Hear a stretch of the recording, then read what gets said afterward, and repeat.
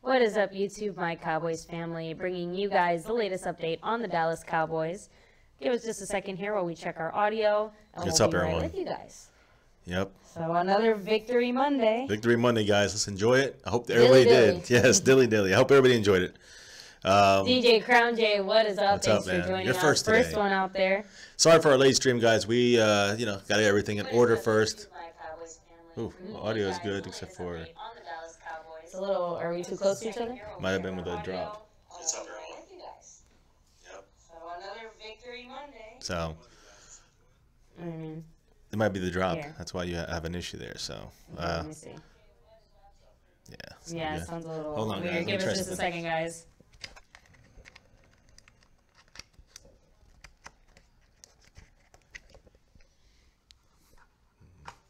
I have to fix it here. Hold on, guys. Give me 1 second. You might not be hearing the other microphone. Let's see, guys. We had an accident earlier and dropped the microphone. So, as we were setting up. Oopsie. Yes, fiance messed up. Yeah, that's me. Let's see if it's any better if it's the Testing, microphone. testing. All right, we'll see here. What's up, everybody? Xavier B. Xavier Lalo. What's up? What is up, guys? Yeah. I mean, let me, because it might be not good on yours. So let me see here, guys. First, guys, give me 1 second. You might be hearing like over there, so I can talk here, guys. Okay, I think we're good now. Let me see. Are we testing on your side? Say something in there. Testing, testing. Okay. I mean, I think we should be good. Let me see. Sorry, guys. Joseph Sirianni. Yeah, we're going to talk about Carson Wentz. Joseph Sirianni, Rip Carson. All right, guys. Nope, we're good to go. So, Joseph Sirianni, thanks for joining us. Lalo, Desmond Morris, what is up? All right, guys. So, let's go ahead. Yeah, real quick, let's talk about this game going on right now. We're watching it over here. Miami is winning 27-10 with 4 minutes and 20 seconds left in the third quarter. So big surprise, guys. I mean, that to me is a huge surprise. New England is, they have the ball 2nd and 10 on their own 32, and they didn't get anything there. So, guys, what a game. So, yeah, Raptor charge. Let's make a playoff run. We're going to be talking about that in just a second here, guys, and letting you know what's up with that as well. So, give me just a second. So, guys, let me know, what were some of your favorite moments of last night's game? I'm sorry, I missed that. I was just clicking the audio again, guys. No, I think the microphone's broken. Oh. Yeah, but we'll still keep rolling with it, I guess. Go ahead. I'm sorry, what were you saying? Go ahead. No, I wanted to know, what was your favorite moment of last night's game? So, and I see someone here talking about forget Wentz, down goes Wentz. So, yeah, Layla, unfortunately, Carson Wentz was injured, guys. He has a torn ACL, right? Yeah, torn ACL in his, I think, left knee. I'm not 100% sure on that. I think it was his left knee, guys. And obviously, this is the thing about midseason champions, and I'm being sarcastic about the champion part, but the midseason winners, victory, whoever's in the lead at the halfway point or 3/4 of the season, those are the ones that are gonna have to still have a whole, not only half of the season, but also the playoffs, that grind, winning the Super Bowl, that. So you're far from champions being that early into the season. Anything can happen. Teams can go downhill because of play, because of coaching, because of injuries, and now the Eagles are a victim of that. Listen, they've been rebounding fantastic with their injuries that they've currently been having, with Peters on the left tackle, with their linebacker being out for the year as well. Their starting linebacker, I forgot his name now, but you Eagle fans know who he is. They've been missing guys, and then we're replacing them, and I think Wentz has been hiding a lot of the issues on the Eagles' offensive line that they haven't had. And you saw something, he's very mobile, so he kind of, he's tricky mobile. He just scoots over one way, scoots over the other, he gets the feel of the pocket, and is able to extend the play and make great pass connections to his receivers. He's got an upgraded, lineup with him with the running backs. And I say backs because there's two now, Blunt and Ajayi. And then you have, Alshon Jeffrey. You have, Torrey Smith. And, you have Ertz, who was injured. You still have a lot of weapons that Carson Wentz has at his disposal. But the offensive line is the weakness of the Eagles on offense. And it shows just in the sense that you see Wentz sometimes running for his life out there a little bit. And he's still a little desperate. Yeah, desperate, but he's that good. he's still able manages to make a lot of those plays. Make unbelievable completions. completions. Him and his talent. Yeah, so, his completions have been fantastic. Yeah. Now, Roger Frazier, thanks for joining us. Desmond Morris, Raptor Charge, I'm a hater. Layla, Sixers JT, what's up? So let's go through a few of your comments here because they're kind of. And guys, post and let us know if when fiance speaks, if the microphone sounds okay or is it a little bit like echoey. Okay, so let us know because I can't really test that out now. We were trying to do that earlier. We changed the port and hopefully it worked. But let us know if that's the situation, audio issue. So we can fix it for the next times or have to get another one. I don't know. Yeah. So Hayward King, what's up? Thanks for joining us. So yeah, hopefully Raptor Chart says hopefully Wentz heals up and is ready next year. He's a really good quarterback. I agree. I mean, guys, we never want to see injuries like this, but. Dr. James, we do have to stop and think, how will this affect the rest of the Eagles? Well, you have to understand, even if they are the first seed. That's one part of it, but you have to also look at it for next year too. And we'll just cut this part off quick. It's just this kind of injury usually is it's around 6 to 9 months on the good side, 9 to 12 months on the on the severe side, or on the side of just more caution. So Dr. James Andrews, who's a known sports physician, said that torn ACLs can and should be about a 9 to 12 month recovery time. Of course, figure more on the 9 month for Carson Wentz. Yeah. And if you look at the 6 to 9 month frame, you could look at more of like maybe the 7th or 8th month or 9th month. But I have also heard if you rush back an ACL tear, even a partial one, it could cause a more serious one in the future. So it's a real touchy situation. Yeah, especially again, young QB. So Desmond Moore says it's good. Thanks for letting us know. But yeah, so with a young quarterback, with a team that again looks like another potential playoff contender next year, with the guys you have set up and some of your offensive linemen coming back. I know they were hurt. And you guys. Yeah, Peters is old though, so that's the thing with him. He's on the tail end of his career, but he's still like a solid guy for them, an All-Pro. And they lost him. They filled in those spots, but again, now with Nick Foles stepping into play for the Eagles, even though they did win yesterday, and again, I got to give them credit for doing what they did. They did the next man step up kind of situation, and it worked for this game. Maybe it's a combination of that and also two things. Also, Nick Foles not game planning with his own starting squad. So he's not really knowing, the timing yet with them. And the same thing goes the other way around, too. Maybe not, the defense is not being able to really game plan for Nick Foles and kind of more, there's a different beast, even if it's a lesser beast, when you have to go after someone like Nick Foles and you compare him to Carson Wentz. So, when I'm thinking about these things, I say that, first of all, it's for the Eagles now as they finish up the final 3 games. This is a big loss for them. I see them, just trying to really play these games for Nick Foles to get, of course they're playing for the wild card, for the bye, for the first round, home field throughout the playoffs. They still have a lot to play for. Yes. But in turn, they also have to, really get Nick Foles caught up to speed with everything. And that's going to be a big, now Nick Foles has played with the Eagles in the past. He did well with them in a different system though. And again, the thing with him is that he's okay, but that's all. So he's not Carson Wentz. So now the offensive line breakdown, and I heard this on another channel, I think Dirty Birds, he made a good point that, you're going to see the breakdown of the offensive line, the immobility of a Nick Foles. Although he can still, he shakes and shimmies in there too. But I think the line is a lot worse than we realize because of Carson Wentz being so good, being able to hide those things. The way Zeke hides some of our issues when, in our offense, maybe in the Dez and Dak connection situation, there's some things that with the running game we don't have to go that route, so it's not shown as much. I mean, again, when you look at it with Carson Wentz, I think he's the key to that team, to the Eagles. So losing him, we'll see how Nick Foles fits into that system. Their defense is great, so I will say the Eagles' defense will keep them in games, and that could be enough. If Nick Foles doesn't make mistakes, they can still keep winning, and they can still win in the playoffs. I just don't see the Super Bowl anymore for them in their future, like making it. I still see the Vikings being the top seed, even though they did lose this past weekend, which is disappointing. We needed that win from Minnesota. They could not do it for us. But I do think that, that things change now when it comes for the Cowboys in the playoffs. But as we talk about and finish up here about the Eagles and maybe ask a couple other things here, I will say that I think that the Eagles, although will end up maybe with a bye, I think they're going to have a little bit of trouble in the playoffs. So I think that maybe they might win the first round, maybe. But they're going to have tough teams to play, whether it's the Rams again, whether it's, of course, the Vikings, even the Saints. I think that all these teams are going to give the Eagles trouble. It really depends on the seeding now. So, and even then, I don't think it's going to be enough to save the Eagles from being knocked out in the NFC Championship game. I guess you'd say the farthest I see them going for the Eagles, because with this whole win. So I guess not a big stretch, but I guess people would expect Cowboy fans to say they're out. That's it, losing the first round. I mean, even if they play in the wild card, I would see them winning the wild card game as the home team, and then losing the next week.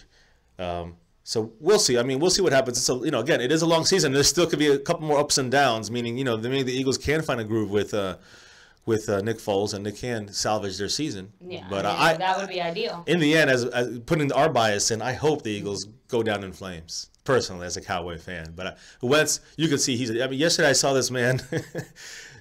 Carson Wentz, when he went back to pass, the ball was out in the open. He was holding it out like this, and one of the Ram defenders, front line, great. They're all pretty good out there. He swatted the ball with all his might.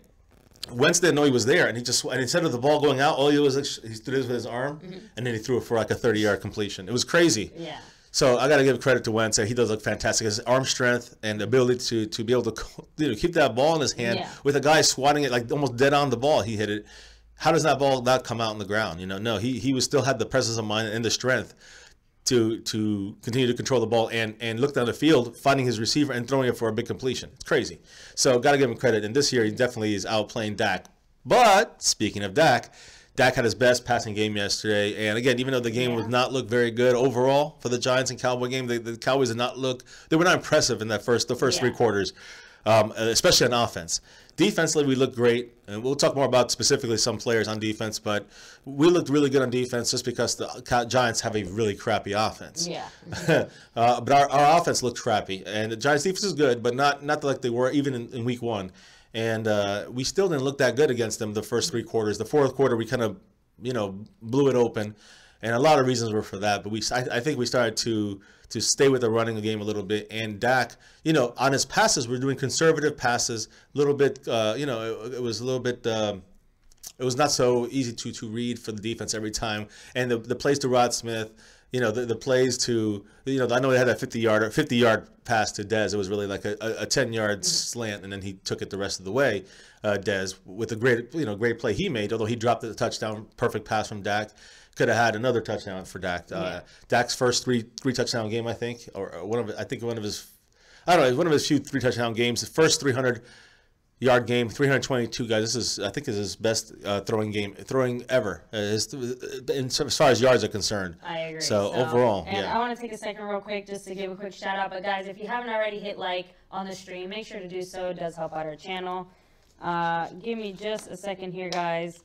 So I just want to say a quick shout out to, let me see, Rack City. Thanks for joining us. Cowboys Abroad, what's up? Let me see. Dez is still elite. What's up? Cowboy X Factor. We Done Boys. Hayward King. Let me see. Greg Claiborne, what's up? Oh, I know there's a few more. Jason G. Jason Garrett.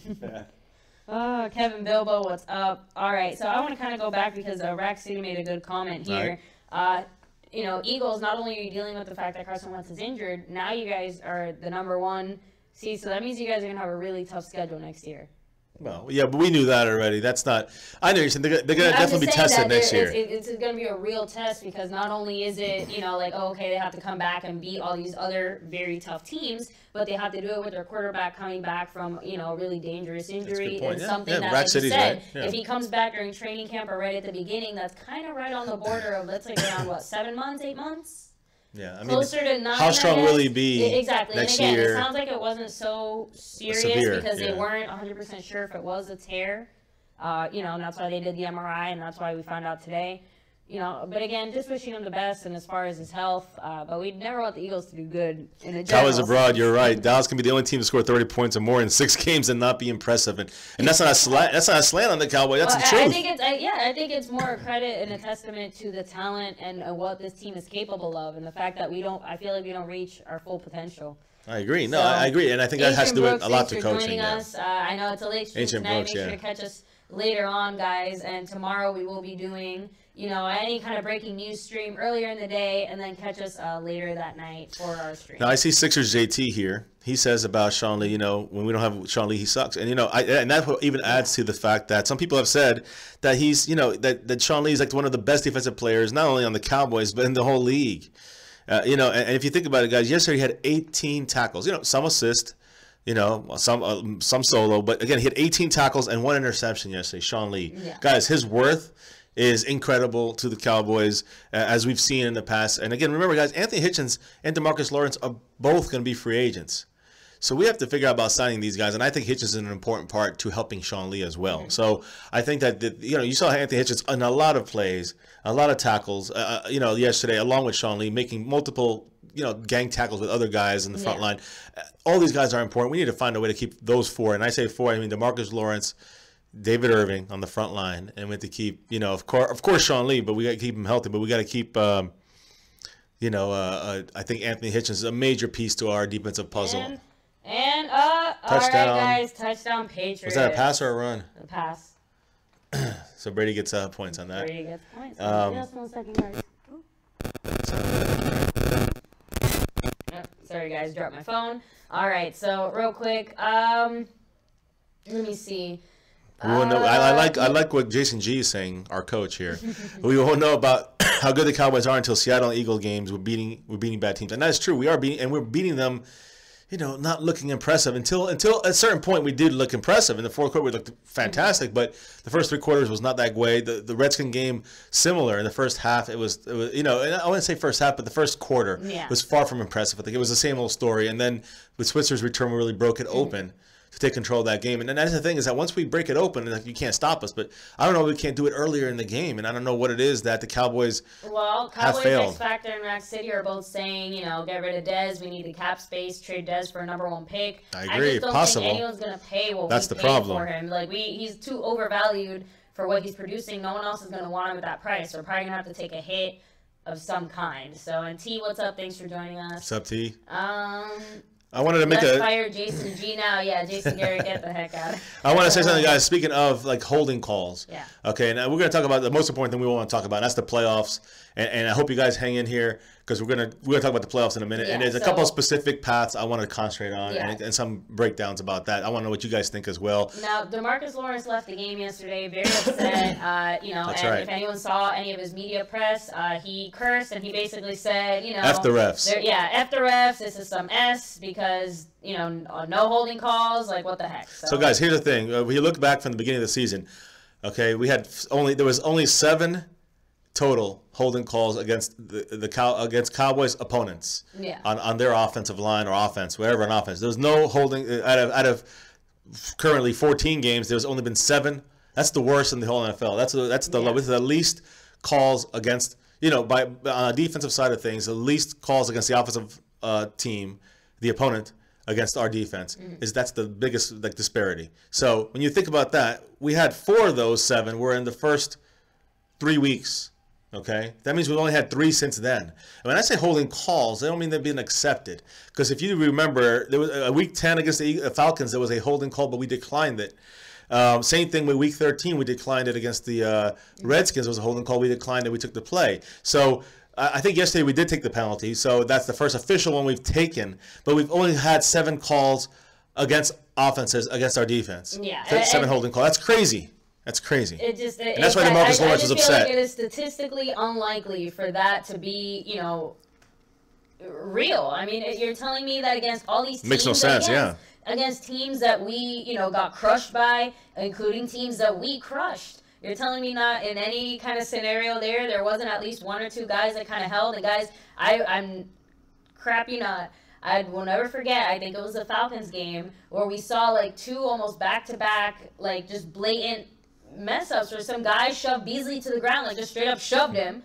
No call for that. And then the other one where they, like, grabbed Witten and, like, slammed him to the ground, and when the play was over, they were still, like, pushing him down. And even, you know, the announcers were saying, you know, okay, why wasn't there a flag for that? And it just, when you see things like that and you don't see any flags, it is just upsetting, especially when a player could get hurt. Yeah, and when you call it for the other side, but don't call it the other way, that's a bothersome issue as well. So, we don't know what the reasons are. I'm not trying to be a conspiracy theorist. I'm just saying these are the facts. It's strange. Yeah, and we're not the only one noticing it, guys. So let us know what your thoughts are. Yeah, a little sidetrack here, just really quick to mention. Interesting fact here. When thinking about the Kansas City Chiefs' current head coach, Andy Reid, former Philadelphia Eagles head coach, Andy Reid, he called Troy Aikman, guys. This is all in response to there's a couple of rumors going around about Tony Romo coming out of retirement and jumping in as the Eagles' starting quarterback. Yes, those rumors probably just BS, guys. But again, this is in reference to that, saying that it's not unprecedented. That someone would at least ask this of a player. So Andy Reid called Troy Aikman after Troy Aikman retired and asked his interest in leaving TV broadcast booth. So he was currently just starting broadcasting, and to jump in for the Eagles in a similar crisis that they had. And so when you think about that happening, would Romo do that? He would definitely become enemy number one in Dallas and lose all his credibility here with the Cowboy fans. But I don't think he'd do it. That's my personal opinion. I think those rumors are pretty much squashed anyways. But hey, I guess it's just to start up, rumor mill. Jason G, we need a little bit more from you on the sideline other than clapping. Step it up. Get in that ref's face. Actually, wasn't there a head coach who got a penalty? Penalized or something? He got a flag unfortunately, on him. He yelled at a ref. Unfortunately, it was Sean Payton, the coach of the Saints, in that Falcons game, which we really needed that game, guys. We're going to talk about that in a minute, about how important these games are. I'm not going to talk about even the ones the ones that are already over with, because Ken Carver spilled milk, guys. But most seasons with at least 20 touchdowns in a season for a quarterback for the Cowboys. Tony Romo has 7 with at least 7 seasons with 20 touchdowns or more. Touchdown passes. Danny White has 4 seasons like that. Don Meredith has 3. Roger Staubach has 3. And guys, Dak Prescott is 2 for 2. Okay, so that's a big stat for him. Yeah, I mean he's still throwing the touchdowns, guys. Throwing them. I think it means throwing. I'm not sure, but either way, he's got 20 touchdowns this season. Either way, he ran some in, so I don't know if that it might count. Numbers. It might count running too. I'm not sure. Actually, I don't know if that stat specified. We'll double check on that stat if it includes runs and passes. Yeah, guys, and just another little side note: the Cowboys' odds to win the Super Bowl this year have improved to 75-1. Tiny bit. Yeah, 75-1. 75-1. At 75 times one time, the Cowboys won the Super Bowl. So I guess that's better than last time. I don't know what it was, but we went up. Not that matters, guys. I don't really put much into that. We talked about the Giants game yesterday and a couple quick stats. Let's talk about Chidobe Awuzie, guys, our starting right cornerback. Talk about balling out. Yeah, he was targeted 5 times by Eli Manning. All right? He allowed only 2 catches for 19 yards. Eli had a 51.3 passer rating when he targeted him. That's fantastic stats. And again, guys, this is Chidobe Awuzie, our rookie, who I believe is this his second game playing back or from his injury or third? Yep, second. So guys, basically that's about 3 games of NFL experience under his belt, and this is already what he's been able to produce. Fantastic by Cheeto. And just fitting in really well. I'm really happy with the way that we're using him as well. Well, he was back for the game before that, but they didn't put him in the game. Really use him, yeah. And then on the other side, guys, the starting left corner, or I guess that was a starting right. I don't know, starting left corner. Our starting right corner is Jordan Lewis, who was playing in for the injured Orlando Skandrick. And I didn't miss him. I didn't miss Skandrick, and as I expected not to. Jordan Lewis played very well. He was targeted 9 times by Eli Manning, allowed only 4 catches for 23 yards. Very little. Eli had a 51.6 passer rating when targeting him. And you think about that, that's a 0.3 difference between Cheeto and Jordan Lewis. And Jordan Lewis was targeted 4 more times. So that's fantastic by both of these guys, these rookies, guys. Xavier Woods made a lot of big hits, tackles. He was playing safety corner. He was mixed around, but mainly playing corner, guys. We had 3 rookie cornerbacks yesterday, and I don't care in the NFL when you got that on your team. That's a big risk. Mm-hmm.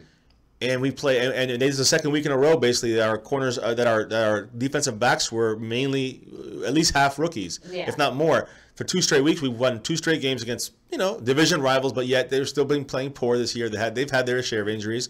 But either way, we've done things we were supposed to do at the end of the game. Well, Cowboys took a little longer X than we Factor- wanted to last time. Cowboys X Factor saying Cheeto hasn't played many great teams, though, as far as wide True. receiver. Very true. But he also wants to know how much cap space do we get if we cut Skandrick and Crawford. I know Cowboys Abroad mentioned earlier we're all right because we have about $14 million cap space, and if we get rid of Crawford, we could add, I think, $10 million. It's worth it cutting getting these guys. Honestly, I think the way Crawford's been playing this year. I think that's something we're gonna. I guess it depends on who we get to fill in that spot as well. I don't want to downgrade our defense, for the sake of. Yeah, but you might have to downgrade to save money on this situation, because this is where we have to put money towards David Irving, DeMarcus Lawrence, Anthony Hitchens, and we still have to pay Zach Martin. So we have 4 guys we have to take care of. We'll probably put the restricted. Franchise player, franchise tag will be on DeMarcus Lawrence. We'll probably pay. I feel like the Cowboys are going to surprise us, and we're going to see the franchise tag on David Irving for some reason. Nah. I doubt it, but we're keeping. Let me tell you guys. Even though he didn't have a sack yesterday, he still put pressure in there. He was getting scrapped and I mean held and pulled to the ground and grabbed, and just saying that he still got in there, put pressure on Eli the whole game. A lot of that had to do with him. So I like what he did. I mean, Tyrone Crawford also put some pressure, but I don't see why we can't pay $3 or $4 or $5 or $6 million less for somebody who can do basically the same thing that he's doing and Tyrone Crawford's doing. So, that's something where we might have to, cost versus reward kind of situation. You got to cut someone like him to open up more space. If we get rid of Dez, again, and I'm saying we should, but I'm saying if we can get something for him, then maybe it's something to think about if we can open up some cap space that way. So, Dez, Tyrone Crawford, and who's the other one? Oh, Orlando Skandrick. We can get rid of him. I don't have a problem with that. Skandrick, Cowboys Abroad said here, Skandrick only gets $4 million, costs more to replace him. See, and that's true too. He's already a fixture. So, and that's it. Everything we're saying is just based on, I'm assuming they're getting paid huge amounts of money. Mm-hmm. That's enough to keep him on our team. You see, I save somebody like Skandrick, but I would just demote him to like our slot guy. Well, Cowboys X Factor. That's actually exactly why you want to franchise tag a player like DeMarcus Lawrence. Yes. Why would you want to give him a 3-year contract or any kind of big contract when he's going to go back to playing like hot garbage? Well, we don't know though. We don't. Right? That's the whole point though. You're saying hot garbage. I'm saying that we don't know. What I mean. He hasn't had one strong season without being injured so far. He's been injured every year and been bothered by some kind of issue. Which is why another reason why we need to make sure he's franchise tagged. You don't want to give him big bucks right now. He could probably get $80 million right now, guys, in a total contract package, but he'll probably have to take like a 1-year, $18 million contract. If he plays that well the next year, well, now you're proving something to the Cowboys, and then I think you have to be smart. This is a business decision. That's when you pay him the big bucks and to give him the big contract, or whatever it is that the Cowboys are planning on doing with him. But you don't give it to him right away when he's only shown one great year. Okay, one great. He's still the league leader in sacks, and that's great. But I still think he's 25 years old, so he's young. He's still got the skill set in there. You got the speed, the rush, the power. So he's got the moves. He's got the most. I think the most moves in his rushing arsenal than most players on the front line, defensive ends. So when you have all these things and he's coming together like this is what you need in the first year and the second year. So you can see if you want to sign him to a long term in the third and fourth year. Exactly. We didn't get to see that with him because he's been so in and out. So now we get to see it. Well, let's see it a second year. So with franchise, you're getting big bucks, $18-20 million. It's crazy. Give that to me. I mean, I know it's different. Trust me, but I know it's a cost reward thing, and I know it's that the players deserve. He could probably get more than that somewhere else. But for one more year, you can produce, and you deserve what you're going to get from the Cowboys, or you're going to get something big from another team, and they're going to probably be disappointed. Yeah. And how does Zeke impact your thoughts about, like next year, next season, and Huge. Who we should sign or something like that? Zeke is fine. I have no worries about that in the running game. Saying, I guess building a team around Zeke. I mean, let's be real. We do have a team around Zeke. We got to address the weaknesses. If I'm addressing the weaknesses for the Cowboys, I would say we need a veteran, not a rookie, a veteran left tackle. And pay him a $4 million contract for a couple years or whatever. If he's a decent left tackle that's proven in the NFL, older, whatever, but somebody who can do the job in case Tyron's back, keeps flaking out, which it will. Yeah. So that's number one. Number two, maybe Cooper looked good. I don't really want to tinker with that. I like our receivers. Again, if we could open up cap space, I think you move Bryce Butler in the starting lineup or Noah Brown eventually into the starting lineup. I honestly want to see more from Bryce Butler. I hate the fact that the Cowboys, I feel like they made him inactive yesterday. The way he was playing in preseason, I was excited. I think, other than, a handful of, 1 or 2 drops here and there. But again, if you only give him a handful of chances and the only time you give him a chance is in a really tough situation, his odds for dropping that go up. So it just I'm really happy so far with the way he's played, but I'm sad at the fact that we've only seen him really a handful of times. I want to see more from him and less from T-Will right now. Well, I am down with that. And I like need T-Will for blocking. Like, there's no way around that. Right. And I think we're locked in with T-Will because he's got a 4-year, $4 million contract. So we're locked in with him for 4 years.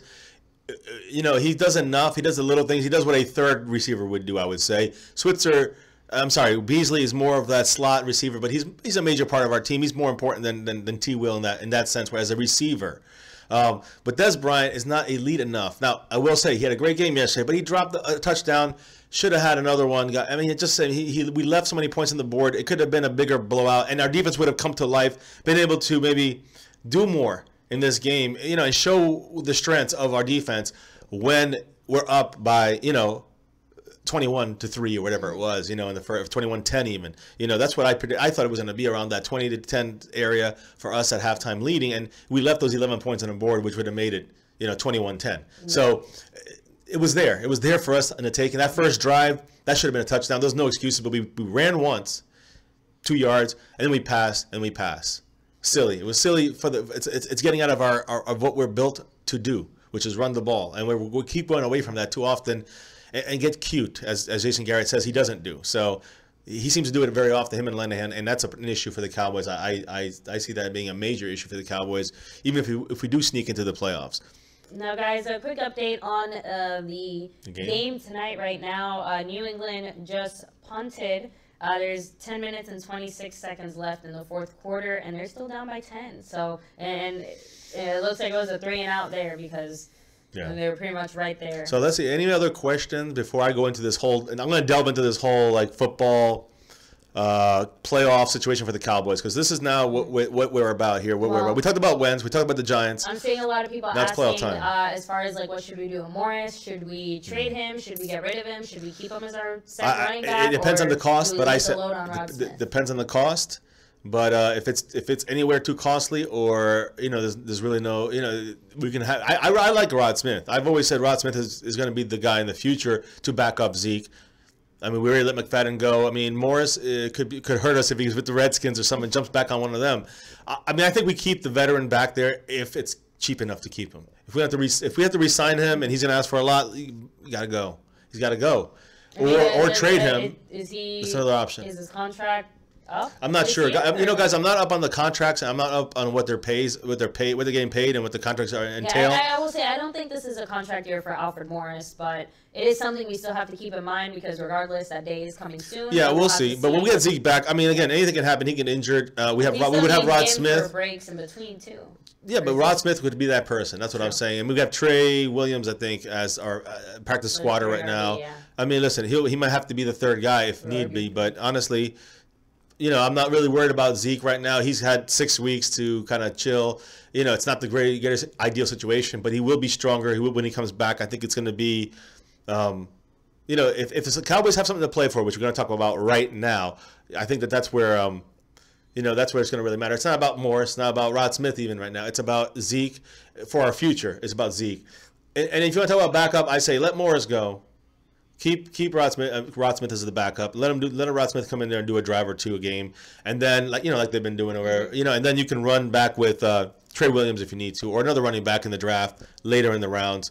It's a lot of things to think about with that. I don't think our draft is going to be on the offensive side of things for the most part. I think it will be on defense, and I think it might have to be defensive line. It might be the best player on defense, but I'm happy with our rookies right now.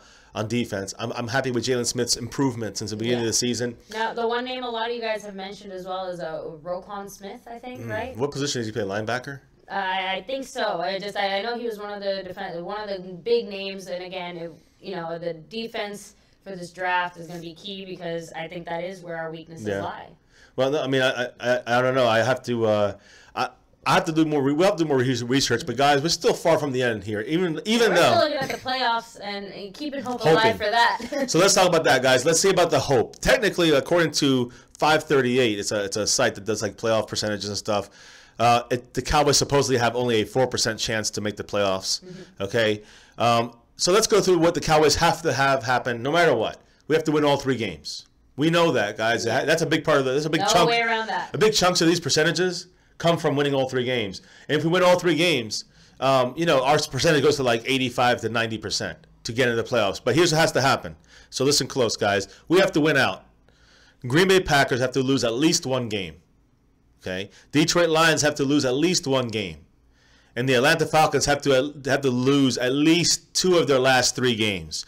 Now let's look at each team's schedule and see exactly how likely it is those things will happen. So Detroit has to lose 1 game. Let's look at their schedule. Currently they play at home this coming week against the Bears. I mean, I don't know. I can see. The Bears blew out the Bengals, and I'm not saying the Bengals are that bad, but Detroit's at home you though. never know. I guess with Stafford, I got to say again, Stafford's been struggling. I don't know how much that injury is still hampering him. We'll see. No, I mean, again, that could be a loss, but this team has supposedly the easiest chance to win all 3 games. So let's see. They have to play at Cincinnati. You see, that's a game that I do think they will win. I think that'd be closer than people think because I know the Bears beat Cincinnati. They clobbered them pretty badly. I mean, I think Cincinnati has a decent defense still, though. And I think that I don't know how they let the Bears. I didn't see that game, but I don't know how they let the Bears do that, but they did. But either way, both these teams played each other this past week, and one looked much better than the other. So yeah, you're right. It might be Chicago after if they play like they did this week, and if it's the way the Bengals defense has played most of the season, I think that the Bengals could beat the Detroit Lions as well, and it's in Cincinnati. It's outdoors. See, the Lions don't play well outdoors, so they're in the Dome in Detroit. So that could be a factor. And then the last game of the year, they played the Green Bay Packers in Detroit. Depending on how Green Bay does, that's right. It's honestly, it'd be better off if it ended in a tie. But no, Green Bay, right? That would knock both of them out. If they ended in a tie against each other, it would actually, if we won out, we'd be half a game better than both of them. But let's just drop that one. Probably not going to happen the last game of the year. That'd be some ending, though, huh? That's how we back into the playoffs with a tie by the Packers and Lions. But no, the Packers have to lose 1 game. So if that's the game, maybe is that good? Well, it depends on how the Lions did the last 2 weeks. If they've already lost the game, if the Lions have lost the game, then it's not a problem. If the Lions beat, it actually would help us if the Lions beat the Packers. So now Green Bay, their first game, I believe, is at Carolina, guys, this week. And that's a big game because I'm going to tell you how that game can. Either way it goes, it would really make a difference. It really helps us both ways. So I'm going to go over that in a minute. But the Green Bay at Carolina game, Aaron Rodgers might be back this week. There's a chance he comes back. If he comes back, there's a chance they beat the Carolina Panthers. Now, the Panthers. They have 9 wins. They're going to be hard for the Cowboys to catch, but there's still an outside chance the Cowboys can beat them. I think that's the only team the Cowboys beat in a tiebreaker. So Green Bay goes at Carolina. Then the Packers play at home against Minnesota. That tough Minnesota defense, guys. I don't care, but Minnesota's got a great defense. So let's see. And then the Green Bay Packers go at Detroit. Finish up at Detroit, as we just discussed with Detroit's schedule. So they have to lose 1 game. All right, but we're going to go into detail. I think all 3 of these games could be losses, and all 3 of these games could be wins for the Packers. I mean, that's how I think with Rodgers in there, they could all be wins. With Rodgers out, there's going to be a bunch of losses. Yeah. But I think Rodgers is going to be coming back sooner than later. Either way with Rodgers, though, that Minnesota game's tough. Either way with Rodgers, Detroit might be fighting for their playoff lives, as both teams might be, and it's in Detroit. And no matter what, with or without Rodgers, that Carolina game is going to be tough. So, especially Rodgers' first game back. Yeah, it's going to be intense, guys. It's going to be a lot of things going down for this week, guys. It's going to determine how the Cowboys' chance is going to play out. It's going to play out for us from here on out. But here's the thing, guys. Atlanta Falcons, they have to lose 2 games, and this is where our issues kind of occur. They have to lose 2 games out of our last 3. They go next Monday night. They play, and that's going to be a game we're going to be watching here on My Cowboys Family. It's going to be Atlanta Falcons at Tampa Bay Buccaneers. Now, division game, another week of Winston being healthier, we hope. Or being completely inaccurate and not sure what he's doing out there. Exactly. We will have to see, but Dez is the elite said Lions and Falcons are worse than the New York stock market week to week. That's the thing. The Falcons, you never know. With it being a divisional rival, it could be kind of like this game right now. We're seeing divisional rivals. The Dolphins out by 10 in the 4th. Hand New England or the butts right now, yeah. But, I mean, it's not over yet. As we know, they can come back. Yeah, it's not over till it's over. And guys, under 8 Brady minutes. is the kind of quarterback. I mean, hey. You can bring him back. If he can do a 29-3, he can do it at 27-17. So here's the thing. So then Atlanta gets at Tampa Bay. Then they go at New Orleans, And that's an L. That's a loss, in my opinion. I don't think they're going to beat New Orleans this game. Not It's at a all. revenge game. I mean, Breeze screwed up that game, and that game cost us big, guys. I didn't want to go back, but if I have to go back on any game, aside from, us not losing any games, first and foremost, that New Orleans game is the big one. That game that New Orleans, lost to Atlanta, the way the Breeze gave that away at the end, that hurt so much. That hurt our playoff chance. If that didn't happen, all we need them is just one loss. And they get at Tampa, at New Orleans, and then they get at home game against Carolina Panthers, who will probably still be fighting for a playoff spot, for the playoff lives. Yeah, so they got a tough schedule, Atlanta.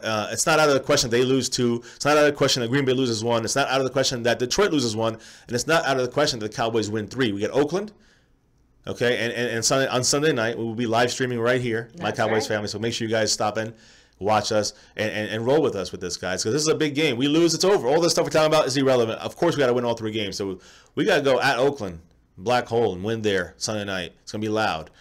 We have to then come back home, but then we get our early Christmas present. On Christmas Eve, we get Ezekiel Elliott back on the field against the Seahawks in a basically playoff battle. And that's the funny thing, guys, with the Jacksonville win yesterday, beating Seattle, that helps the Cowboys. That was the biggest help that we got from other teams aside from ourselves. Was that Jacksonville won and beat Seattle. Because of that, we don't have to hope Seattle loses against the Rams this week. We don't care about that anymore. It's more important that it is important that the Rams do win, actually, and do kind of keep in front. We don't want Seattle to pass the Rams, so we're rooting for the Rams. But it's not as important as it was before. We had to have Seattle lose a game. If we win against Seattle in 2 weeks, we have the tiebreaker on Seattle. It doesn't matter if they win out. Yeah, but Weapon X88 kind of hit the nail on the head. I don't see us losing a game, to be honest, but I don't see other teams helping us either. So in Cowboys X Factor, it's still 27-17. There's 7 minutes and 14 seconds left, and I think Miami just is about to punt the ball back. So here's another. So guys, just so you know, the game's coming up. Here's some playoff chances. Some games. I'm going to just throw them out there. Atlanta.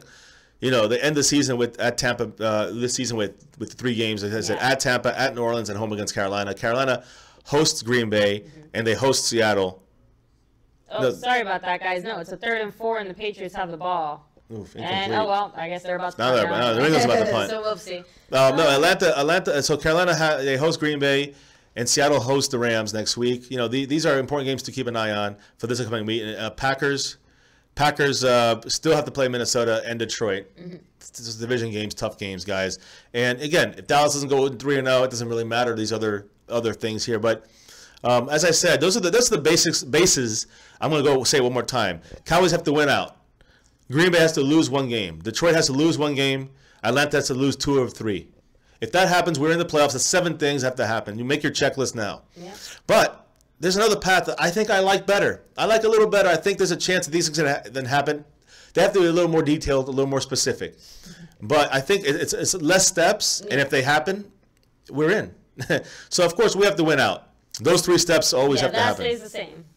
Green Bay beats Carolina this weekend, guys. If Green Bay, Aaron Rodgers can beat Carolina this weekend, Green Bay starts to lose a game. But we hope that it's next week when they play Minnesota. So Minnesota would then have to beat Green Bay. Yeah, they have to beat Green Bay the next week. Then that would knock Green Bay out from getting us. And then Green Bay, their final week would have to go into Detroit and beat Detroit. If Green Bay's record is win, loss, win, meaning they beat Carolina, they lose to Minnesota, and they beat Detroit, we win out. And one last thing, New Orleans has to beat Atlanta this week, in 2 weeks. So when they get the rematch game in 2 weeks, if New Orleans beats Atlanta, then we're guaranteed 6th seed, not 5th. We're guaranteed the 6th seed, which means that last week the loser of the Carolina and Atlanta game is out of the playoffs. The winner gets the 5th seed. That's the final game of the year on those 2 teams. And that's because Green Bay beat Carolina, and that's assuming that Carolina then wins their next game, which I don't know who they play after that, but then, of course, their final game against Atlanta. Well, again, the Carolina game doesn't even matter to us in that sense, if you really think about it, guys, because if they lose, we don't care about Carolina in any of these schemes, because we're already assuming we're not going to really catch Carolina. What happens with this situation is that I think all 3 teams end up in a tie: Atlanta, Carolina, and Dallas. And I think Atlanta and Dallas go in if Atlanta wins, because Dallas beats Carolina in a tiebreaker. So I think that's why it doesn't matter in that way. Okay. So if if all three teams end up tied at 9 or 10 wins. But I think that Carolina, they can be beat by Aaron Rodgers. I think Minnesota can definitely beat Aaron Rodgers at home with Green Bay. I think Minnesota can beat them still. And Green Bay beats Detroit, definitely can happen. New Orleans beating Atlanta, I'm banking on that happening. If those things happen, and we, of course, have to win all of our games, we get the 6th seed. So I hope you guys can follow that there. Again, still a very rare chance for this. Probably a 2% chance of this and a 4% chance of Cowboys winning out and Green Bay losing one game, any game, Detroit losing any game, and now Atlanta losing 2 of their 3 any games. Doesn't matter which ones. They could lose to Tampa Bay and the Saints. We don't care as long as they lose 2 games. But I do think that the other path would be more. I know it's more defined. It has to be, Green Bay's schedule Green Bay has to lose to these certain teams, win these 2 games and lose this game. I just don't want to be in a position where we have to hope for Atlanta to lose twice. I think that's the biggest. Well, that's thing. The key, and that's how you avoid it. That's the difference here. That's a good point. And again with Green Bay having Aaron Rodgers back, I mean, you just never know. So we do need a miracle, but Cowboys put themselves in this position. We should have never even been here. We should have won that stupid Rams game. We should have won that stupid Green Bay game, and we should have won that stupid Chargers game. And those not getting into it. And those games cost us playoff spots. I mean, imagine if we even get 1 win, guys. We're now in the middle of it. Imagine if it's just these things where we put us in this position. I hate doing this, reading that this team has to win, and this team, if this team wins, this team, it's just so annoying. Of course, we'd rather just earn it. Like we should. If we had Zeke, we would have it. And again, I'm not saying it all on Zeke, but we lost games with Zeke. That's correct, not, and because the offensive line breakdown was the issue. But I think with Zeke, we would have had a better chance, a little more confidence as a team. I think we would have had. I still think we would have had trouble though running the ball. I think we would have had some trouble, but.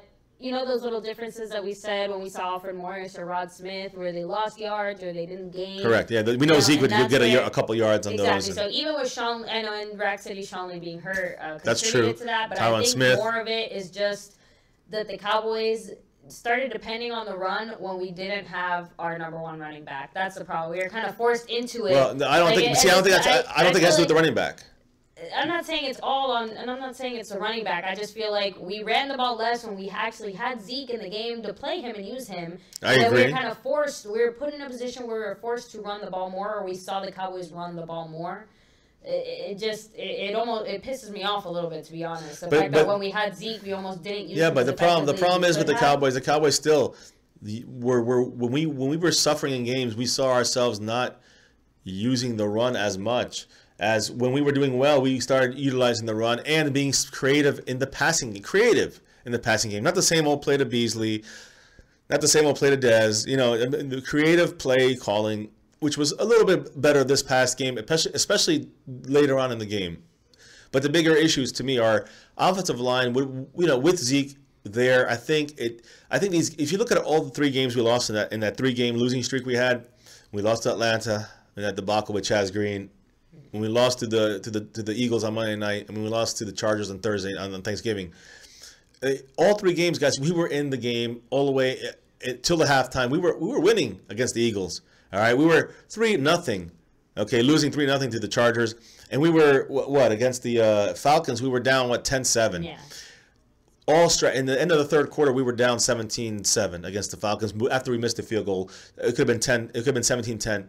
These little things are the differences, and then Zeke does make the difference in those small yardage situations. Just say sometimes the game comes down to one play, and that one play where we went for it on 4th down and we didn't get it. No, it could have been a 3. It could have been a 3-yard run rather than a 1-yard loss, and that could have made it an easier kick for Nugent. I'll give you a perfect example. Wasn't it just this past game that we settled for a field goal in the opening drive because we were 2 yards away from the goal line, and we passed twice because we didn't feel confident in Morris running the ball because when we ran into him.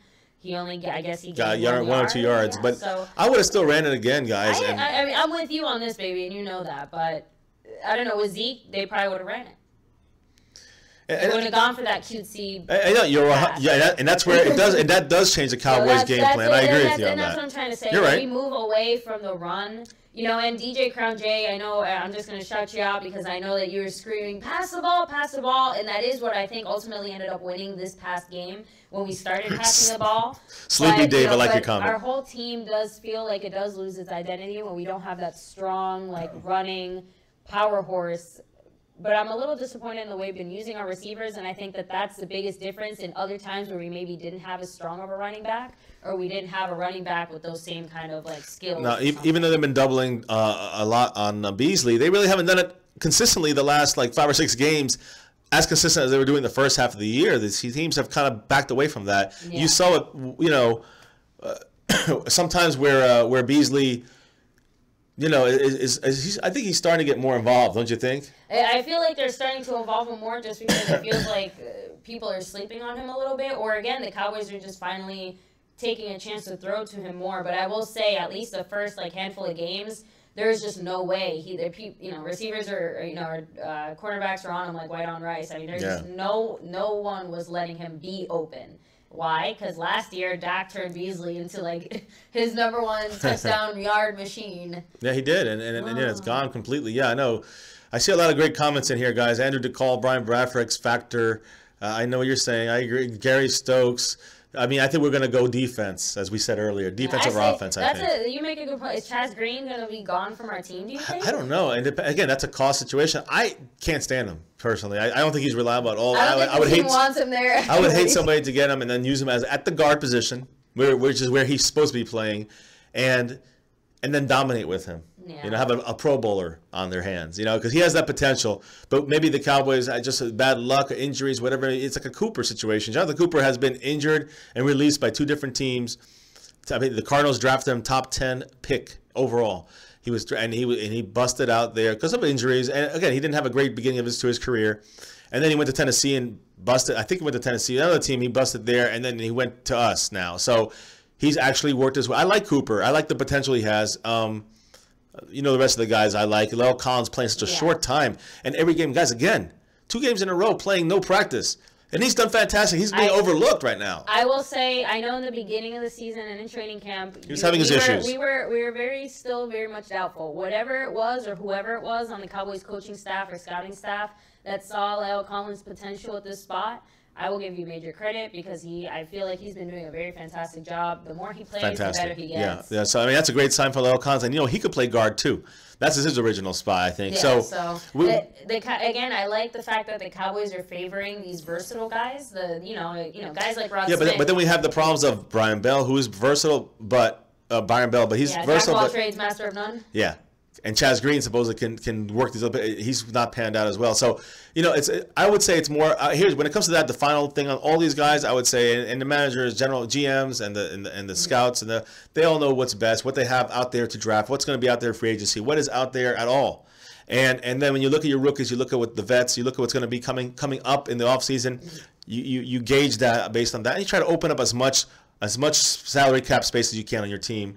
Once you start doing that, you know, you can get rid of some players depending on how much you're paying them and how much it will cost you to replace that position. Exactly. So again, who you're targeting out there in free agency or rookies. It's up to our scouts. Again, I'm crossing my fingers this year, guys. I really hope our scouts can do. They've been coming through the last 2 years, guys. As far as the draft, yes. As far as free agency, no. You're right. That's my concern because you said it, baby. We need a veteran left tackle for Tyron Smith. If we don't get that, we might as well kiss our season goodbye next year too. Well, again, if Tyron Smith cannot, we're only 1 injury away from our whole line being destroyed. Do we ever want to see a repeat of that Falcons game? Because that's what's going to happen if we don't. I mean, I can't argue with that. I just don't think it's kiss the season away, but I think that we're going to have issues at that spot. It's going to be something that's going to constantly weighing on the fans' heads. It's going to be weighing on the players' heads, and you know whose head's going to weigh on the most? Dak Prescott's head, because he's the one that's going to be scared again, and then his play is going to diminish. We need to secure that left side. Any quarterback is going to diminish when the left tackle is garbage, and if Chaz Green cannot handle it, which he obviously could not yet. I don't know if that's a coaching issue, a player issue, or both. Either way, we need to get I am screaming for paying for I don't care if it's $4 million a year or whatever, a solid left tackle, older backup would be, a knowingly backup. You know what I'm saying? We cannot work somebody into that position. If we're going to stay with Tyron Smith, we need to get another player to back him up solely for that purpose. And a veteran, not a rookie, not a project, not a future prospect. We need it now in case. That's what and then in 2 years, if he's still playing Tyron Smith, and he's still got, of course, the back issues. Let's get another guy maybe who out there, a veteran that we can sign for 2 years or whatever, as long as we keep Tyron Smith's skills are not diminishing. We're getting to the point where Tyron Smith is unfortunately starting to lose games, and I know he's missed a game before because of his back issues and things like that, but when that moment happens, we can't have Chaz Green out there. No, that's it. We can't argue have that. Chaz Green out there. So, you cannot rely on that. We can't rely on that. Fire Jason Garrett, go after Gruden. Gary Stokes, we'd love nothing more. So, love nothing more than Gruden. Thanks for joining us. And Andrew DeCall, Rack City, DJ Crown J, Cowboys X Factor. I want to do some quick shout-outs here, guys. And if you haven't already, hit the like button. Make sure to do so now. It does help out our channel. Subscribe if you haven't already, guys. We are super close to 1,000, guys. We're going to have 1000. It's gonna be really great. 25 away, guys. 25 away. So join. Big Q&A. Oh wait, no, we're not 25 away. We're 22 away, guys. Oh, yay! Wow. 23 away. My math is a little off. We're 23 away. 23 away from hitting the 1K, guys. Soon. China P, thanks for joining us What's from up? Deltona, Florida. That's Jack near Walker, us. We're Central Florida. This is still elite. Andrew DeCall, Brian Bradford. Let me go ahead and get some shout outs here. For sure, guys. King Star Vids, Buddy Johnson. I hope you caught our breakdown for the playoffs, guys. It's pretty Sleepy Dave, detailed. Morris, We'll Gary upload. Stokes, We're gonna upload. We're gonna upload some stuff on Twitter for the what to cheer for the week, but also what to look for the whole playoff run for the Cowboys. Remember, keep in mind, all these things only occur if Dallas wins out. We have to win our 3 games. We got to win in Oakland. Got to win at home against Seattle, and I didn't say it yet, but we got to win in Philly with Nick Foles. If they play their whole team, I don't care if they play they're resting them or they're playing for something. I don't give a damn. We need to win in Philly, and I don't care. I'm not afraid, with Wentz not there. I think they would. I don't know if they would run with Wentz if they had secured a spot or a bye. But I do think that they have something to fight for. And with Nick Foles, there may be something for them to fight for. I think that's more of a reason why we need, to be just mentally ready to whatever team is out there for the Eagles that last week. If that's what it's coming down to, we need to kick their butts. Nick Foles, Wentz, whoever. I think we have a much better chance, of course, with Nick Foles out there, which obviously it's gonna have to be. And if we even have a chance, guys, we might actually be at that point in control of our own destiny. But if by the time we play the Seattle game next week, not this week coming up against Oakland, but the week after that, if we play at home against Seattle, I think it's a 4:00 game. I think if we win that game. Or when we get to that game, we might already know because of the 1:00 games, we control our own destiny. Could possibly be that, guys. So just keep following with us. Keep following these week by week, Twitter posts, and we'll show the breakdown of what needs to happen so you can see it visually instead of us repeating it over and over again. Sometimes it's hard to catch if you're just hearing it. But yes, Detroit has to lose a game. Green Bay has to lose a game. Atlanta has to lose 2 games. And we have to win out. That's a 7-step plan. That's the easy. We win 3 games, and those other 4 things happen. 7 steps, we're in the playoffs, and then you never know, guys, because now every team kind of shows their weakness now without Carson Wentz with the Eagles. You've seen the Rams falter twice in 3 weeks. You've seen the Vikings falter this past week. So there's a lot of things going on. The Saints, they blew it against the Falcons. Everyone's kind of shaky. If the Cowboys can sneak in, people be scared when we got a healthy Sean Lee, and we got a healthy Zeke. An unsuspended Zeke, I should say, and a healthy Tyron Smith, and a healthy La'el Collins, and a ready to roll Dak Prescott with something to prove, guys. This whole team's got something to prove. Let's get into playoffs. 4% chance, but let's do it, guys. It's a chance. That's right. So sorry, Jack Walker's comment is really funny. Cowboys X Factor. No wonder it's stunk in this place, man. But no, let's hope we do keep it at 4:00. I'm trying to think ahead. I'm not sure exactly what the other time slots are for some of the other games, and as far as like who plays who. But I really think that as long as we still have a chance to be in the playoff run, like as long as we win out and some of these other things fall, and there's a chance that depending on how our game goes, let me explain it like this. No, I'm just saying because that last week he's thinking, he's hoping it doesn't get bumped up to like a 1:00 game or something because other games are more playoff worthy. The point is, I think as long as we're still in the game and still in the playoff run, I guess. Guys, Seattle's in a playoff run too, and not only that, but Dallas and Seattle, basically the losers out of the playoffs. That's what it comes down to. Yeah. It's going to probably come down to something like that, especially if the other teams keep winning around us. So the pressure's on Seattle. They're out of the playoffs right now. If Atlanta wins this week against Tampa, Seattle, is in a situation. That is a playoff game for Seattle, even if Dallas has lost. And if Dallas does beat Oakland on Sunday night, then that's a huge game. Seattle and Dallas, it's basically an elimination game. We're back to another. Every game is a playoff game for the Cowboys right now, but that becomes a direct elimination game. The loser is out, no chance. The winner controls their own destiny, possibly. So that's why that's a huge game next week against. But that's Christmas Eve. Let's not jump the gun, guys. We got a very important game against Oakland Raiders. We're going to talk much more about them as the week progresses. Of course, do the Saturday night stream through Madden and do the Oakland breakdown.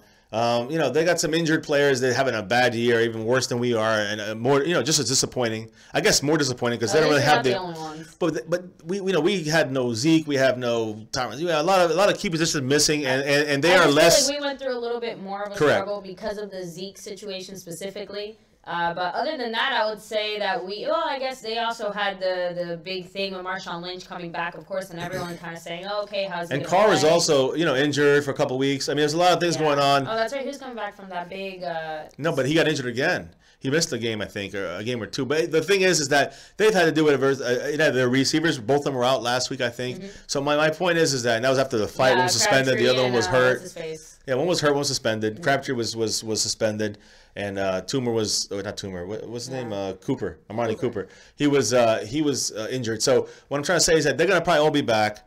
It's not going to be as easy as people want it to believe it is, but I think that's going to be a tricky game for us. We have to be ready for the Raiders.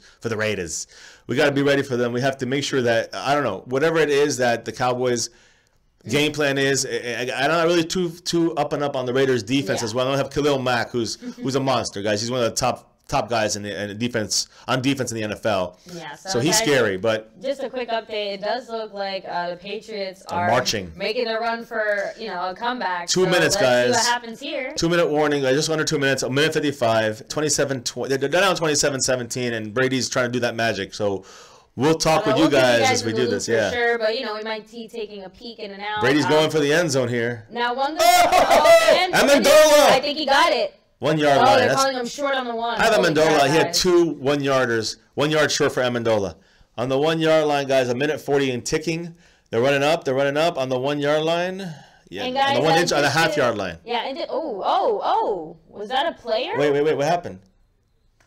Someone ran the field? Okay, no. It looked like the ref just I think they're checking to see if he's in the end zone.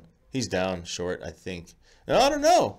Where's the ball at? And guys, we are a little late because it is Monday Night Football. We are streaming the game over here on our computer so that we can stream with you guys as well. So let me see. Do we think we can win out Gary? I think that's one of the few things I feel the most confident in, us winning out, because at least the way that we've been, you jumped to 4 different thoughts, baby. I know. The point is, let me put it this way: I'm confident the Cowboys can do it. We can do it. I agree, but we're our own worst enemy. My fear with the Cowboys is that whether it's coaching or whatever it may be, we start slow, and any of these games we could possibly get blown out.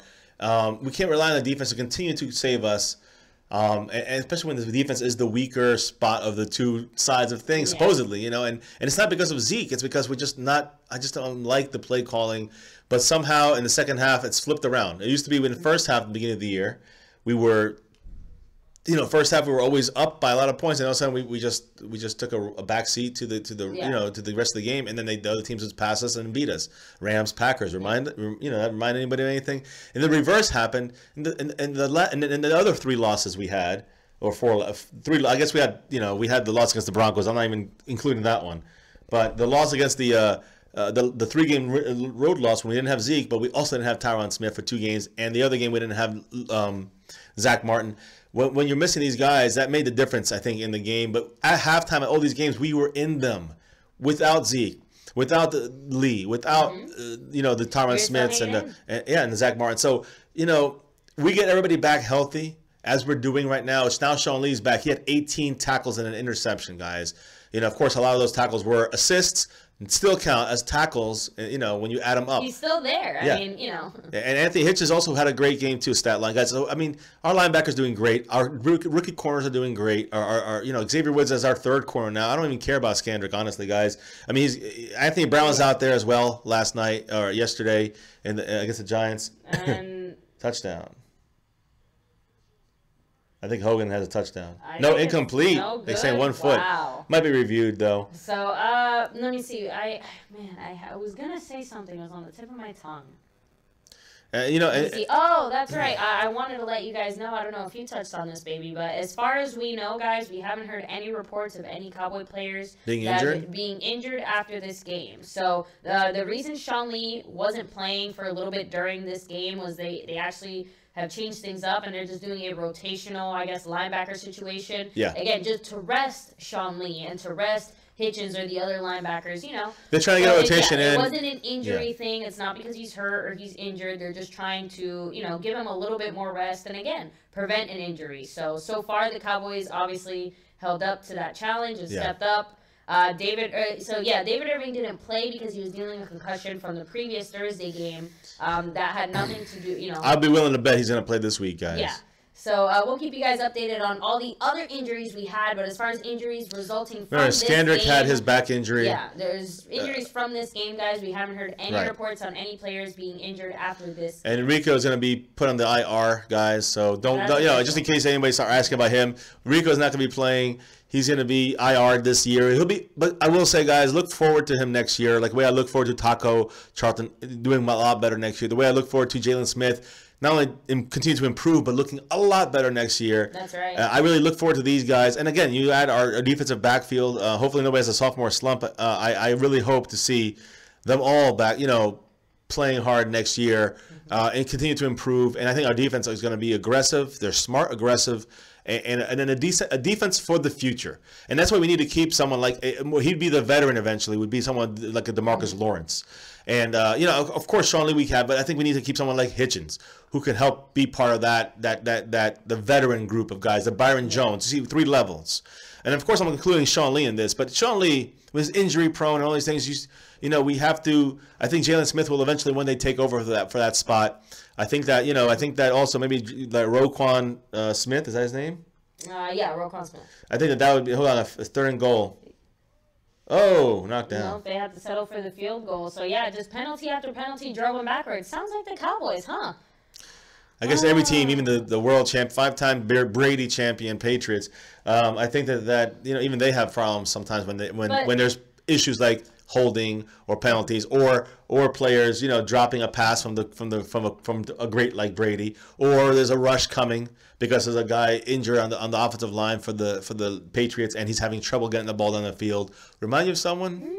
But I'm actually going to give a little more credit to the fact that this is a divisional game. I think that adds to it, and it's in Miami. Great teams have lost to a rival that knows them inside and out, and you just never know. And let's hope Tampa Bay does that to Atlanta next Monday night. That's my hope. I'm really hoping that this is where, and again, with Atlanta being that team that just one week they do great, the next week they don't. I'm really hoping one of the weeks that they don't do so great is against Tampa because, again, Tampa winning doesn't do anything, doesn't matter. Let me address a couple of these questions, though. I will say, Jack Walker, Rico will play next year. Looking forward to that. This was almost a way of keeping him on the roster without having to cut him kind of deal.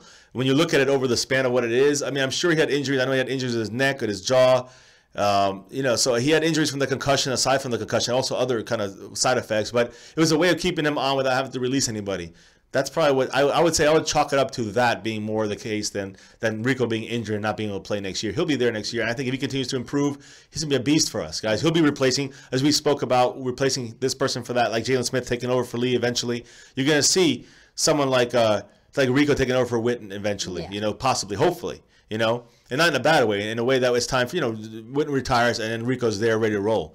As far as, that would be ideal. Hitchens, DJ Crown J, you surprised me there. Hitchens will be gone along with Tyrone Crawford. I'm surprised. It depends how much Hitchens would cost, I say, but it depends on his cost. All right, he's still underrated. Not many people are still looking at him as, as a top linebacker, and I don't think he's necessarily going to be regarded as one, but I think with Sean Lee or with another good linebacker, he's going to be a top line. I think he is a top linebacker. Without Hitchens, you're basically dooming Sean Lee as well. And that's where they put in Jalen Smith. And that's what I'm trying to say, but Jalen Smith is not going to be able to do the trick that. would be, here's the trick, and here's where it comes down to the politics, and not the politics, I guess is the wrong way of saying, but more of what you get in the draft. Let's say you get Roquan Smith, right? Let's say you get him, he's a linebacker. Now you can let Hitchens go, the money go. You don't have to pay him as much. In that sense, then you move Jalen Smith in there for the time being, and then you have Roquan Smith ready to go. Maybe in a couple games he'll be starting. You know what I'm saying? And Smith will go back to his role as he progresses as maybe the third. We have Damian Wilson still in there as the running third linebacker. We keep in our team basically, for the run plays. If we sign someone like Roquan Smith or specifically him, if we draft someone like him and specifically him, now that's a little different. Yeah. But no, we're taking a big risk, putting so much on Jalen Smith and so much on Sean Lee. And DJ Crown J, I would say Tyron Crawford we could live without either way, and his money would definitely what we would have paying would be is not worth it. But we have to think about Hitchens. I think how much he would cost. That's what would be in the market. $8 million. Is that enough? Well, how much would it cost to replace him with the rookies? You know what I'm saying? Do you want to put that all on Sean Lee? What if he goes? So then there's another thing we got to think about. I want to say Desmond Morris. There's a video we have for our introduction video. Hopefully you guys can check that out. It says it all about it. I just became a Cowboys fan. I don't really know how I became a Cowboys fan or why. My mom was a Cowboys fan. My dad's a Giants fan. Cheerleaders shake their pom-poms. And by the way, guys, New England wins. New England loses. Yeah, that's right. Now, official. So Miami wins. Just sat on the ball, guys. Game is over. I see a few of you guys saying it there. So Tom Brady taking an L to the Miami Dolphins. Even if Jay Cutler. Now next week's game, which is the big, was for the fight for the AFC, he's kind of lost a little bit of its luster. Because now they're one game back on Pittsburgh. I guess if they win, they still win the tiebreaker. So I guess it does make a difference, but it definitely loses a little bit of its luster, I guess you could say, when they were both the same record and fighting to be the kings of the AFC. The Patriots are still in the playoffs, but now they'll be, second or third seed? They're second, but it keeps the Dolphins on their butt, too, and the Bills, too. Oh, wow, look at that. They're supposed to sit on the ball. Yeah, that same thing happened yesterday in that Seattle game, guys.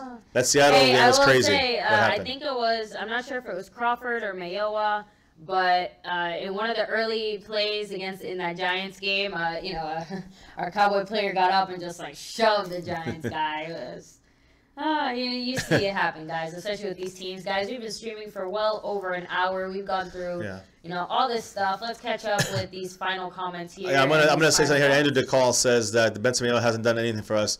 And again, I agree with that. He definitely could be somebody who could be bye-bye. And that's the thing we have to remember when we go for our people we're going after in free agency. We're looking for pieces. We're not looking for the piece. So we're not signing. We signed Carroll, which I thought was bad as a piece. As one of the pieces to the Cowboys. Stephen Paya, I thought was a good pickup. Unfortunately, couldn't help the fact that he had to retire. But aside from that, we cut our other guys that we picked. All three guys that we picked up basically are gone, and then we had the guy from Philly, not Carroll, but the guy before him. What was his name on the line? Not Crawford. Paya? No. Oh, gosh. Cedric Thornton. Oh, there we go. He was an Eagle a couple years ago, and he didn't pan out at all. So these free agent pickups we've done, for the most part, been garbage. We have to do a better job on that. And, again, I know it's the level. We're not expecting to get like a Sean Lee at linebacker. I'm just saying that we need to get we had Navarro Bowman possibly out there for us to get, and we didn't make a move to get him at a cost-productive situation, price. I don't know. That's where the Cowboys have to make better moves at and trust a little bit, and maybe a little more. The season, too. I agree, but, it could have definitely helped us. But I think we needed, the more important that would be a veteran left tackle. That would have really helped us hold together maybe a win or two in that three-game losing streak against the Falcons, Eagles, and Chargers. I think we would have won probably two of those three games, maybe the Falcon game and maybe the Charger game. And then at that point, guys, what does that do to our team? That puts us right there in the, and still, maybe you could lose a game and still win again to the playoffs, and it changes, it flip-flops the whole season around when you think about those games. You think about the Rams and Packers games, we had those sealed up. If we just played, tough football, run the ball, and be confident in that, and we didn't do it, and we just broke down. And again, this happened in both these games against two good teams. Packers with Rodgers is a great team, and the Rams a great, doing great this season. But two teams that we had them under our feet, we had them by, almost gone, and we let them come back. Almost did that to the Giants yesterday, and that's the thing I don't see about our team. Whether it's the coaching of the players, both, or Zeke gone, or I don't know what it is, but I have to say it's the coaching, because I don't see us really running that ball and really controlling the clock like we did last year. I don't see us going with not only 6 offensive linemen and then adding 2 more tight ends, big tight ends, or sometimes we'll bring in Looney in there as a 6th offensive lineman. So what if the other teams know we're going to run? They can't stop 3-yard runs every time. They can't it would be 3-yard runs almost every time for us. Yeah. We might lose a yard. We'll gain 5 the next time. What I'm trying to say is that for the most part, we might do a 3 and out sometimes. but it'll be much less than what's going now. When we go first down, we get 4 yards or 5 yards, and then we pass, punt. That game is getting old for us. And I'm not saying it happens every time. We might pass, and then that second pass on 3rd down and 5 gets the first down. If you're creative, I have no problem with that. But the Cowboys are too. We're not creative. That's Beasley's little 5 and out. We know it already. Everybody knows the NFL. They almost intercepted that. Yeah, and I gotta say, loving all the Hitchens love in the chat. Good to see that other Cowboys fans see how we have to try to keep him somehow to our team. I mean, but a lot of you guys are saying, yeah, he wants some big money. I want to see him resign. He's a baller. He's underrated. That's my thing with you guys. But again, he would be a benefit. Oh man, I know it hurts, and I sympathize with DJ Crown J and the rest of you guys. What you're saying out there about with the money and taking money. And guys, I'll be right back. He's taking pennies. I wish I knew. Man, I guess the Cowboys cannot afford him and these other guys we're talking about. But it's a shame. Hitchens is not the youngest of the group, so I would say Irving, Law, these guys, they're younger. They have more to grow from. I think that's going to be why we keep them over Hitchens. But we need to, if we lose Hitchens and we don't have Roquan Smith or Jalen Smith to that level, then we're going to be in trouble. It's going to be a problem next year for us, and that's going to be where we break down. I don't care about our front line. I don't care about our defensive backs. We need to have those two. And again, I think that Hitchens runs our team so well with Lee. It's like you need both pieces. It's like they're one big linebacker piece we need there. And I think that's where it keeps the glue that really holds the entire defense together. I think Byron Jones is the glue that holds defensive backs together. I think that, someone like I guess Tyrone Crawford, but I don't really like Tyrone Crawford as that guy. But I would say someone like D. Law has become somebody who holds that front line together, along with Irving, with last year's performances that he had and this year as well. So when you look at those two guys, I think we're good when it comes to the pieces that the glue that we need on the team on defense. And I think Sean Lee and Anthony Hitchens is what holds that defense together. Not just the linebackers. We know they hold them together. The whole defense together. Defensive backs is Byron Jones and the front line, the rushers. That's the D Law. But when it comes to linebackers, yeah, it's Sean Lee. But it's also Hitchens that holds that whole defense, that keeps us in games that we've won because of these two guys, both these guys. So again, guys, our offensive line is there. They're doing their jobs. I see rare misses by the offensive line, rare whiffs by missed blocks by them. I see us being able to run the ball when we're averaging 4.5 to 5.5 yards per rush overall in the game. We might lose a yard here and there, but we might have to punt sometimes. But overall, they were playing. It was one drive we punted, and I didn't mind it as much because we ran the ball 3 times. And we punted. It didn't work out, but the next time we ran it 3 times and we got a touchdown.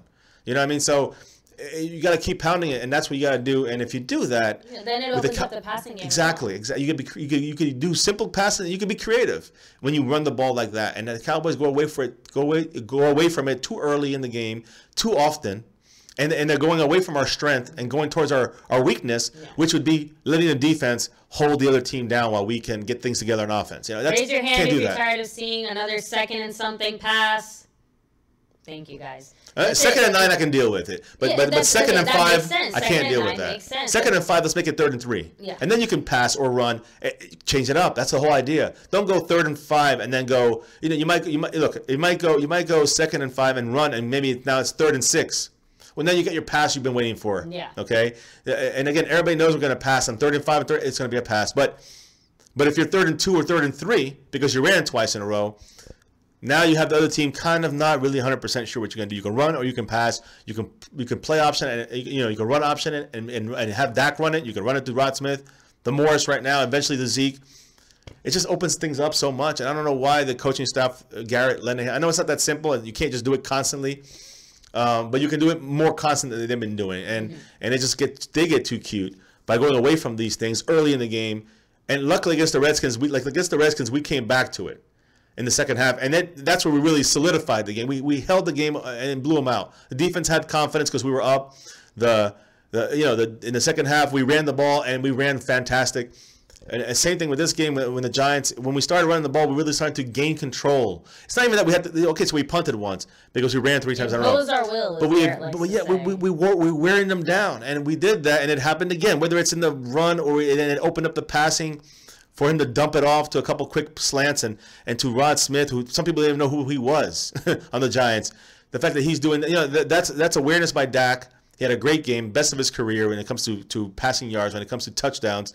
So, congratulations to him. And I think that it's not on Dak when he's getting put in bad positions, forced to throw on second and 4.